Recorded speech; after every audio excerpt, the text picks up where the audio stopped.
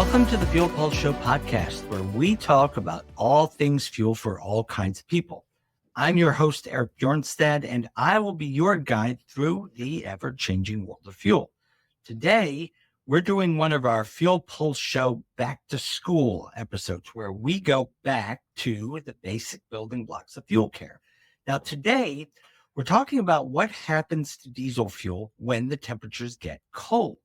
That means we're going to cover areas that we need to understand better if we are going to get a better handle on how all of this stuff works, which means we have to talk about what the fuel's made of. We want to talk about what happens when the fuel gets cold, and we have to talk about how do you know when the temperature is low enough that it's going to cause a problem or be expected to cause a problem with the fuel. So diesel fuel is actually a mixture or a blend of a bunch of different petroleum hydrocarbon molecules of varying sizes and shapes. Some of them are long and longer straight chain hydrocarbons. Some of them are chain hydrocarbons that have lots of branches and functional groups coming off of them. Some of them are cyclical. Some of them are combinations of all these. Some of these molecules that make up the diesel fuel composition are also known as paraffin waxes. So you're going to want to remember that term. Now, one principle that's often true is when a liquid cools down, its ability to dissolve and to hold on to dissolved things can be reduced. Think about it. It's harder for cold liquids to dissolve, any number of things, kind of like if you try to mix sugar in with cold tea. And it's also true that for many kinds of liquids that have components dissolved in them, it's harder for them to hold on to those things as their temperature drops. And this is what happens with diesel fuel. At normal temperatures, those paraffin wax molecules, they're dissolved in the fuel. They're burned as part of the fuel's composition. Yet all diesel fuels have a temperature point, where if the temperature drops below that point, the paraffin waxes aren't going to be able to stay dissolved. So they'll become insoluble and they'll start to come out of solution as crystals of wax. Now, they don't all come out at once. It depends on the sizes of molecules as to which ones come out first. So as the fuel gets cold, the first paraffin wax molecules that are the least soluble, they come out of the fuel. Now, at this point, you're not going to see them, but they're coming out of the fuel as these little crystals. But as the fuel stays cold, or maybe it gets even colder, more and more of them do exactly the same thing. They continue to drop out of the fuel. So you've got the ones that came out first, they're in there. Then as time goes on, you've got more and more of them coming out to join them. When enough of these crystals have come out of solution, you may even be able to see the fuel take on a slight haze or a cloudiness, and that will increase as more and more of the paraffins keep coming out. So the temperature point at which enough of these come out of solution that you can see them in the fuel, that is called the cloud point of the fuel. And it's the first important temperature spec that's useful to know about the fuel that you have. Now, what's the common cloud point temperature for ultra low sulfur diesel fuel? Well, before we can answer that question, we first have to acknowledge that all fuels are actually different. The cloud point temperature for your fuel in your storage tank may not be exactly the same as the diesel fuel down the road, because diesel fuel is refined from a natural product, petroleum, oil, right? So the exact characteristics for each batch of diesel fuel might vary a little bit, especially when it comes to the thing that most directly impacts how and when the wax comes out in the cold temperatures. And that is the number and the sizes of the paraffin wax molecules in the diesel fuel, what they call the wax distribution. But getting into the vagaries of that is probably a level of detail that requires another show. But just keep that principle in mind. Back to the question, what's a common cloud point temperature for diesel fuel? If we have to give a general answer, they tend to find that a good typical cloud point is around 16 to 17 degrees Fahrenheit. Now, there is some difference in cloud point temperature for summer diesel versus winter diesel, But chances are, if you have stored diesel fuel that has been around for a while, you've probably got a combination of those anyway. So I usually settle on 16 or 17 degrees Fahrenheit. Remember though, cloud point is the temperature at which you've got enough wax that's come out of the fuel that you can see it clouding up. The thing you have to remember is cloud point isn't the temperature at which the wax first starts to drop out. The wax has actually been starting to drop out at X degrees above that cloud point. Now, let's consider a weather scenario, and we're going to consider two possibilities in that scenario. So let's say you've got some stored diesel. Let's say that a cold front's coming through, so the temperature's dropping, and the temperature gets down to 19 degrees Fahrenheit. And so some of the wax is coming out, or it's already come out of your stored fuel. Now, the weather can do one of two things.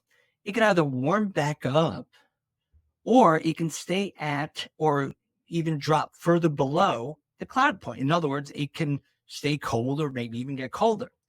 If the temperature warms back up, that wax that came out is simply going to redissolve back into the fuel. And you're going to be fine because that kind of cycle happens all the time. The wax drops out, things warm up, the wax redissolves. Pretty common. But what happens if that isn't what happens? What happens if it stays cold or gets even colder? Well, then what you're going to see there is you're going to keep having more wax crystals coming out, joining those that are already in the fuel, of course. And so what's going to happen is those wax crystals, they're inevitably going to bump into each other. And as they bump into each other, they're going to stick together. And so they're going to grow bigger. And then they're going to bump into more. They're going to grow bigger. And so this wax content, these crystals are going to keep getting bigger and bigger and bigger. And over time, if enough of them come out, what may even happen is you might get almost a web of wax that's forming in the fuel, trapping fuel in between all the strands. And practically what happens is the fuel starts to thicken. Now, as you may expect, when you reach that point in the fuel, there's going to be plenty of wax in the fuel that's going to get caught by the fuel filter. As time goes on, that fuel filter is going to trap more and more of that paraffin, which means less and less fuel can actually get through that fuel filter. And there will come a point where sufficient fuel, the problem is bad enough that sufficient fuel won't be able to get through to keep the engine running, and the engine then shuts down because of insufficient fuel flow. Now, as an aside, now that we know the root causes of fuel gelling, wax composition, we can now know why gasoline and kerosene don't have the same kind of gelling problems that number 2 diesel fuel have, because they don't have enough paraffin content for it to be an issue.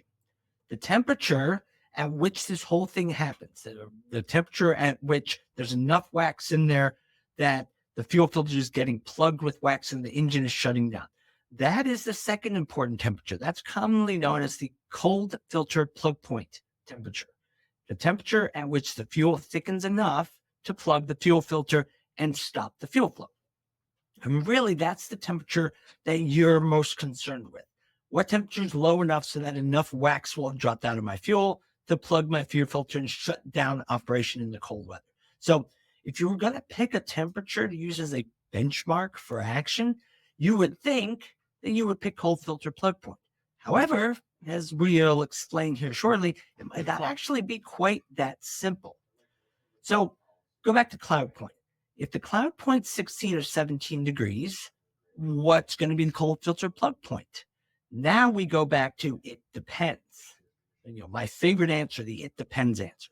Now, cold filter plug point's always going to be lower than cloud point. Question is, how much lower? Well, consider that cloud point temperature really is fuel dependent. It depends almost entirely on the characteristics of the fuel in terms of the wax size distribution in the fuel, and how the outside temperature patterns affect that wax's solubility. Cold filter plug point's different though. Cold filter plug point temperature, when you're looking at that, it's not just the fuel, you've also got the factor of the filter that's involved. We see this with common real diesel engines. They tend to use high performance fuel filters, and high performance fuel filters plug more easily. So the difference between the cloud point and the cold filter plug point actually turns out to be smaller, narrower than it used to be. Now, a good benchmark is there's about a 3 to 5 degrees difference between the cloud point and the plug point temperatures. And so that is a pretty good stopping point for today. What have we learned? Well, we learned that number 2 diesel fuel has paraffin wax in it. And this wax is normally dissolved, but it can become insoluble and it can drop out as temperatures get cold enough. The temperature at which enough of that wax drops out that it turns the fuel cloudy, that's the cloud point of the fuel. If the temperature drops far enough below the cloud point, eventually enough of the wax is going to come out of that fuel that it's going to thicken the fuel. It's going to get caught in the fuel filter, interrupting the fuel flow, causing operation shutdown. The temperature at which that's most likely to happen is the cold filter plug point.